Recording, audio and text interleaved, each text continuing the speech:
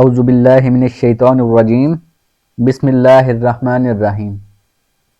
अस्सलामुअलैकुम स्टूडेंट, मेरा नाम है तैयब और आप देख रहे हैं अल अकेडमी ऑफिशियल।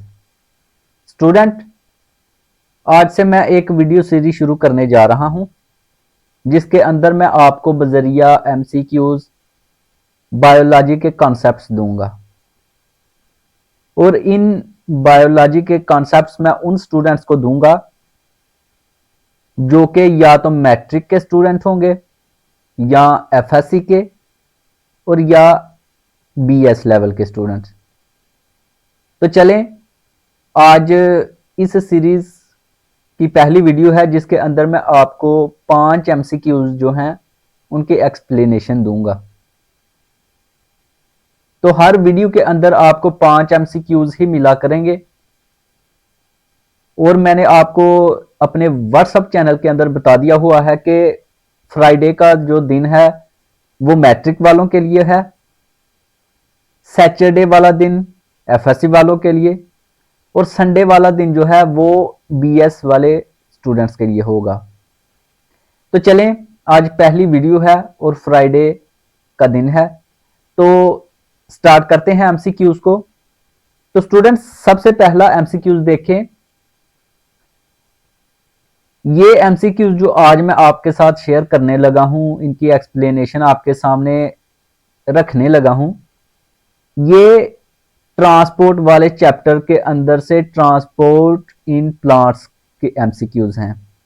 तो सबसे पहला जो एमसीक्यूज है, अगर इसको पढ़ें हम तो इसके अंदर क्या लिखा हुआ है, what is the primary requirement for the metabolic processes occurring in organisms.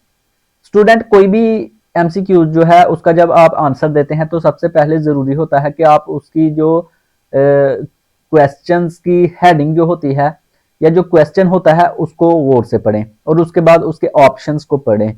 ठीक है, अब देखें इसमें क्वेश्चन नंबर 1 में क्या लिखा हुआ है कि जो भी जिंदा जानदार हैं, लिविंग ऑर्गेनिजम्स हैं, उनके अंदर जो मेटाबॉलिक प्रोसेसेस होते हैं जिनको हम मेटाबॉलिज्म भी कहते हैं, उनके लिए प्राइमरी रिक्वायरमेंट क्या होती है। जाहिर सी बात है, मेटाबॉलिक प्रोसेस या मेटाबॉलिज्म जो है उसके लिए कुछ रिक्वायरमेंट्स भी होंगी कि कौन कौन सी चीजें दरकार हैं जिसके जरिए वो अपना काम मुकम्मल करेगा।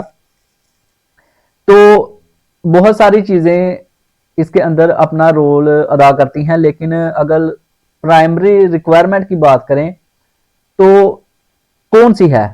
सनलाइट है, ऑक्सीजन है, वाटर एंड मिनरल्स है या सॉइल न्यूट्रिएंट्स है। तो स्टूडेंट, सबसे पहले आपको पता होना चाहिए कि मेटाबॉलिक प्रोसेसेस क्या होते हैं या मेटाबॉलिज्म क्या होता है। तो स्टूडेंट, जब भी कोई जिंदा जानदार कोई खुराक लेता है, खाता है, तो उसकी बॉडी क्या करती है कि ब्रेक डाउन करती है और उससे एनर्जी हासिल करती है। जो चीज वो खाता है उससे एनर्जी हासिल करती है और उस एनर्जी को इस्तेमाल करते हुए वो जिंदा जो जानदार है, लिविंग ऑर्गेनिज्म है, वो अपने काम करता है। तो अभी प्राइमरी रिक्वायरमेंट्स में ये जो 4 ऑप्शंस हैं, इनमें जो करेक्ट आंसर है ना वो है वाटर एंड मिनरल्स। ठीक है स्टूडेंट्स, अब ये तो आपको पता चल गया कि वाटर एंड मिनरल्स जो है वो करेक्ट आंसर है, लेकिन क्यों है, अब इसकी रीजन मैं आपको बताऊंगा। तो चलें अब वर्ड के अंदर जाते हैं जहां मैंने इसकी एक्सप्लेनेशन दी हुई है। तो स्टूडेंट, ये देखें, पहला जो एमसीक्यू था उसका answer number C, water and minerals. इसकी एक्सप्लेनेशन को पढ़ते हैं तो इसके अंदर देखें क्या लिखा हुआ है, water is essential for metabolic processes in organisms because many chemical reactions including those involved in metabolism occur in a watery environment। इसके अंदर उन्होंने बताया हुआ है कि वाटर मेटाबॉलिक प्रोसेसेस जो जानदारों के जिस्म में होते हैं उनके लिए इसेंशियल है, जरूरी है। उसकी वजह यह है कि मेटाबॉलिज्म या मेटाबॉलिक प्रोसेसेस के अंदर जितने भी केमिकल रिएक्शंस हैं वो वाटरी इन्वायरमेंट में ही होंगे, मतलब उनके लिए पानी या पानी वाला माहौल होना लाजमी है। ठीक है, इसलिए ये आंसर करेक्ट है। और साथ ही एंड मिनरल्स, जो मिनरल्स हैं वो क्यों जरूरी हैं, ये अब लिखा हुआ है, minerals are also crucial as they serve as cofactors for the enzymes and are necessary for various physiological functions। मतलब कि जो मिनरल्स हैं वो क्यों जरूरी हैं, क्योंकि वो एंजाइम्स के लिए कोफैक्टर्स का काम करते हैं, और जो एंजाइम्स हैं वो जरूरी होते हैं कि जो फिजियोलॉजिकल फंक्शंस होते हैं ना उनके लिए। तो स्टूडेंट अब आपको एंजाइम्स और कोफैक्टर्स के बारे में पता होना चाहिए कि ये चीजें क्या हैं। तो स्टूडेंट एंजाइम्स के बारे में आपने पढ़ा होगा कि एंजाइम्स आर ग्लोब्यूलर प्रोटीन्स, और ये क्या करते हैं, ये स्पीड अप करती हैं केमिकल रिएक्शंस को। ठीक है, अब ये जो एंजाइम्स होते हैं ये तो आपको पता चल गया कि ये केमिकल्स होते हैं जिनको हम ग्लोब्यूलर प्रोटीन्स भी कहते हैं, और ये ग्लोब्यूलर प्रोटीन्स स्पीड अप करती हैं किसी भी केमिकल रिएक्शन को। और कैसे करती हैं, ये एक्टिवेशन एनर्जी को लूअर करके, बाय लूरिंग दी एक्टिवेशन एनर्जी। ये तो आपने पढ़ा हुआ है इसके करेक्टरिस्टिक्स के अंदर। अब अगर कोफैक्टर्स की बात करें तो कोफैक्टर्स भी एंजाइम्स का नॉन प्रोटीनेशियस पार्ट होता है। ठीक है, मतलब एंजाइम्स के साथ जो उसका नॉन प्रोटीन पार्ट होता है, और वो नॉन प्रोटीन पार्ट मेटल का होता है। ठीक है, उसको हम कहते हैं कोफैक्टर्स। ठीक है, अब ये जो कोफैक्टर्स हैं ये भी एंजाइम की मदद करते हैं किसी भी केमिकल रिएक्शन को स्पीड अप करने में। ठीक है, अब आपको पता चल गया कि वाटर एंड मिनरल्स क्यों जरूरी हैं मेटाबॉलिक प्रोसेसेस में या मेटाबॉलिज्म में। क्यों, क्योंकि मेटाबॉलिज्म का काम, जो मेटाबॉलिज्म है वो होगा ही तब जब पानी मौजूद होगा और मिनरल जो हैं वो भी मौजूद होंगे। मिनरल्स इसलिए मौजूद होंगे क्योंकि वो मेटाबॉलिक प्रोसेसेस को स्पीड अप कर देंगे। अंडरस्टैंड। अब नेक्स्ट जो एमसीक्यूज है उसकी तरफ चलते हैं। नेक्स्ट एमसीक्यूज में क्या पूछा गया है कि which statement best describes the role of diffusion in organisms. मतलब कि ये 4 ऑप्शंस दिए गए हैं जिनमें से सिर्फ एक ही ठीक है, और इनमें से कौन सा ठीक है पहले पढ़ते हैं कि क्या क्या ऑप्शंस हैं। तो स्टूडेंट ऑप्शन नंबर ए में लिखा हुआ है diffusion alone is sufficient for transporting materials in complex multicellular organisms. मतलब कि स्टेटमेंट यही पूछी गई है कि डिफ्यूजन के मुतालिक कौन सी स्टेटमेंट इधर लिखी हुई है जो कि करेक्ट है। तो पहले नंबर पे डिफ्यूजन के बारे में क्या कहा गया है कि डिफ्यूजन जो है वो जितने भी कॉम्प्लेक्स मल्टी सेलुलर ऑर्गेनिजम्स हैं उनके अंदर मटेरियल्स को एक जगह से दूसरी जगह तक बॉडी के अंदर पहुंचाने के लिए जरूरी होता है। मतलब कि मल्टी सेलुलर ऑर्गेनिज्म जो कॉम्प्लेक्स होते हैं उनके अंदर मटेरियल्स की ट्रांसपोर्टेशन डिफ्यूजन के हेल्प के साथ होती है। ठीक है, नंबर 2 पे क्या लिखा हुआ है, diffusion is effective only in unicellular organisms. मतलब कि डिफ्यूजन यूनिसेलुलर ऑर्गेनिजम्स के अंदर इफेक्टिव होती है। नंबर 3 पे क्या है, diffusion is the primary method for transporting material in complex multicellular organisms.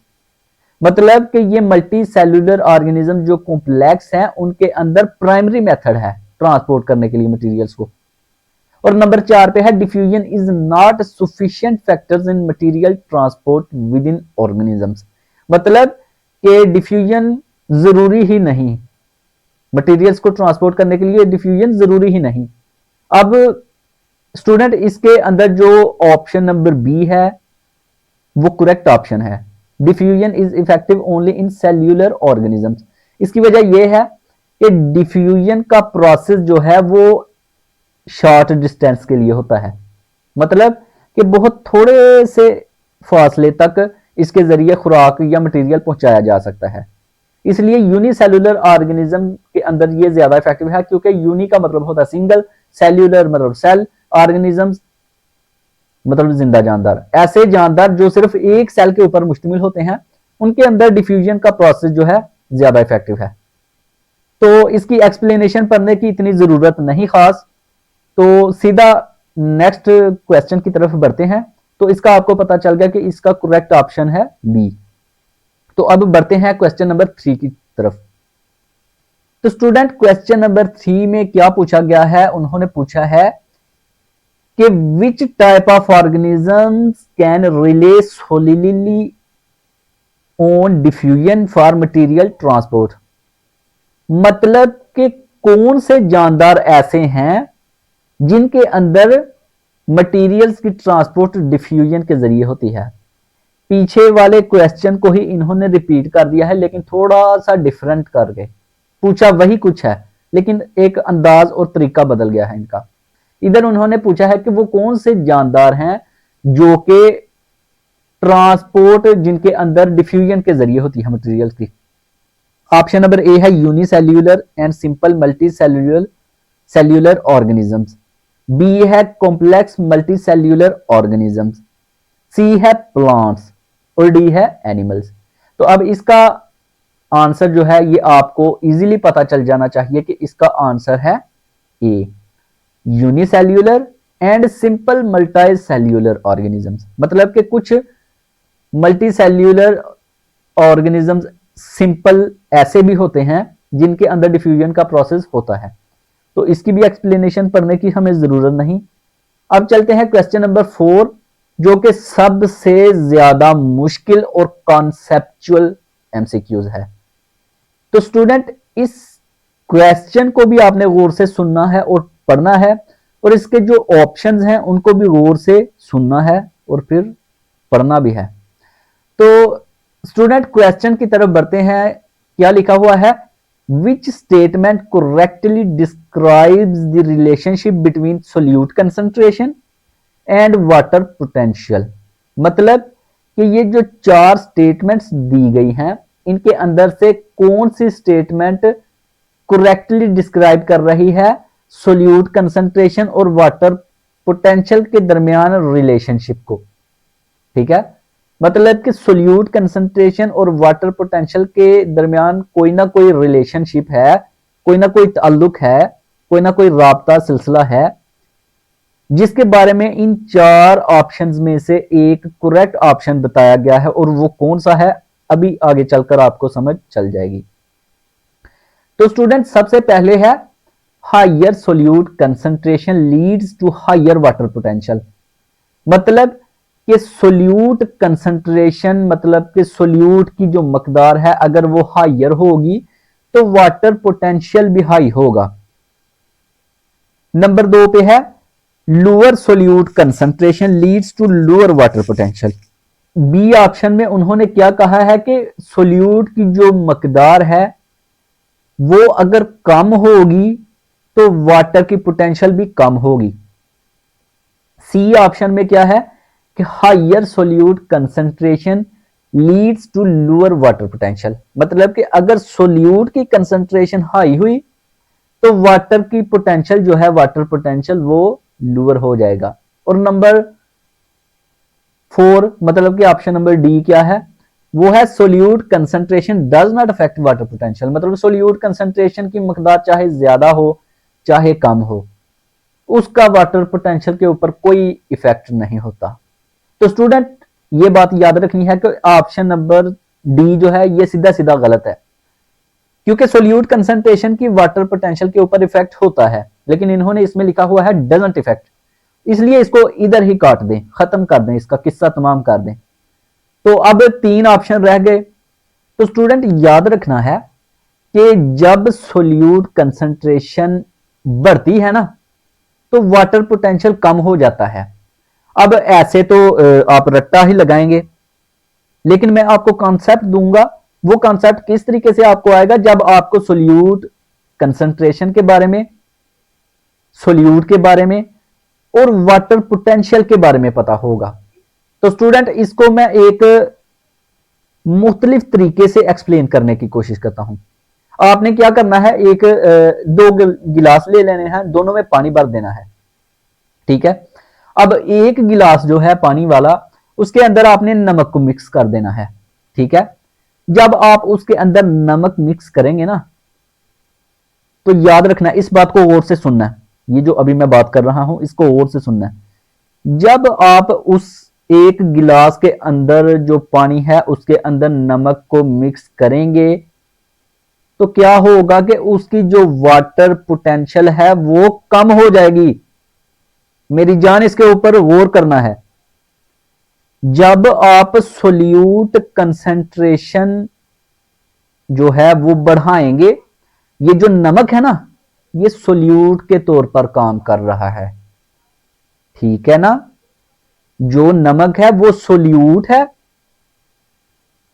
Solute की कंसेंट्रेशन हमने जब बढ़ाई तो वाटर पोटेंशियल, जिसको आप अपनी आसानी के लिए पावर भी कह सकते हैं कि वाटर की पावर, वाटर पोटेंशियल, वाटर की पावर वो कम हो जाएगी जब उसके अंदर नमक मिक्स हो जाएगा, ठीक है। तो अभी आपको पता चल गया कि जब पानी के अंदर हमने नमक को मिक्स किया तो उसकी पावर, उसकी ताकत कम हो गई। तो अब ऑप्शन नंबर सी आपको पता चल गया कि करेक्ट ऑप्शन है। तो फिर इधर परेशानी की कौन सी बात है। तो अब आगे बढ़ते हैं।